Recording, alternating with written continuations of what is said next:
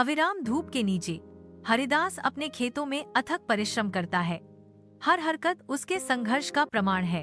वह अपनी मेहनत का बोझ लिए हुए रुकता है, भारी होकर अपने फावड़े पर झुक जाता है। थकान उसके चेहरे पर गहरी लकीरें उकेरती है, जो उसकी दैनिक कठिनाइयों का एक दृश्य मानचित्र है। उसके चारों ओर के खेत फलते फूलते हैं, फिर भी उसका दिल बंजर रहता है, जो कुछ और चाहता है। एक भारी असंतोष हवा में बस जाता है, जो उसकी मेहनत के फलों को अनकहे इच्छाओं से जहर देता है। वह हवा में फुसफुसाता है, काश मेरे पास धन होता तो मैं खुश होता। विशाल आकाश के नीचे एक साधु धूल भरी गांव की सड़क पर चलता है। उसके हर कदम में प्राचीन ज्ञान गूंजता है। उसकी चौकस निगाहें हरिदास पर पड़ती हैं। उसकी आंखों में एक मौन प्रश्न बनता है। एक जानबूझकर गति के साथ साधु एक अदृश्य शक्ति से आकर्षित होकर हरिदास के पास जाता है। हरिदास जम जाता है, साधु की उपस्थिति को महसूस करता है, जैसे भाग्य खुलता है। दिन की सुनहरी रोशनी में नहाया हुआ हरिदास का विनम्र घर एक ऐसे जीवन का प्रमाण है जो सादगी से जिया गया।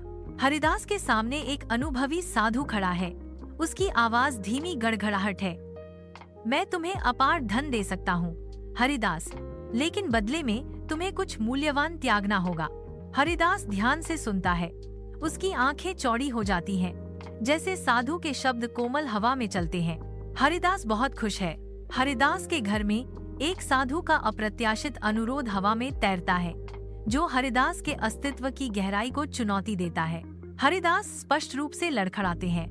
पवित्र व्यक्ति के शब्द गहन बेचैनी की भावना पैदा करते हैं। हरिदास का मन दौड़ता है। उसके सामने रखी गई असंभव पसंद से जूझ रहा है। हरिदास की आवाज कांपती है, क्योंकि वह इस तरह के बलिदान की प्रकृति पर सवाल उठाता है। नहीं, मैं आंखों के बिना धन का क्या करूंगा? हरिदास की दुविधा का भार बना रहता है, जो आंतरिक अशांति और हताश प्रतिरोध का चित्र प्रस्तुत करता है। हरिदास बैठे हैं। उनके भीतर आशंका का तूफान उमड़ रहा है, क्योंकि साधु इशारा करते हैं। उनका हाथ फैला हुआ है। साधु का इशारा कमरे में घुस जाता है। एक अनकहा अनुरोध हवा में भारी होकर लटक रहा है। हरिदास पीछे हट जाता है। डर स्पष्ट रूप से महसूस होता है, क्योंकि वह साधु के दृष्टिकोण से दूर भाग जाता है। हरिदास डर से कांपते हुए फुसफुसाते हैं, नहीं, मेरे हाथ के बिना मैं जी भी नहीं सकता। उसके शब्द कमरे में गूंजते हैं, जो अभावी के खिलाफ एक हताश गुहार है। हरिदास का चेहरा डर से सिकुड़ जाता है। साधु की तीक्ष्ण दृष्टि हरिदास से मिलती है। हवा में एक मौन चुनौती लटक रही है। साधु की आवाज शांति में गूंजती है, क्या तुम अपनी जान दोगे? सवाल भारी लग रहा है।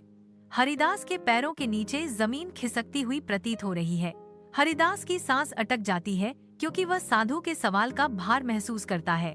एक उभरती हुई धारणा। हरिदास की आंखें, उसके हाथ, उसकी सांसें ही असली दौलत हैं। हरिदास अब जीवन के वास्तविक मूल्य को समझता है। सूर्य की सुनहरी रोशनी में गांव का खेत नहाया हुआ है। जब हरिदास अपने खेत में काम करता है, हरिदास नई सराहना के साथ अपनी फसलों की देखभाल करते हुए पृथ्वी पर झुकते हैं। वह रुक जाता है। उसके चेहरे पर एक एहसास उभरता है। उसके मन में एक याद गूंजती है। साधु के शब्द गूंजते हैं, बेटा, जब तुम्हारे पास ये अनमोल खजाने हैं, तो दुखी क्यों हो? उन्हें सही दिशा में निवेश करो, यही असली दौलत है।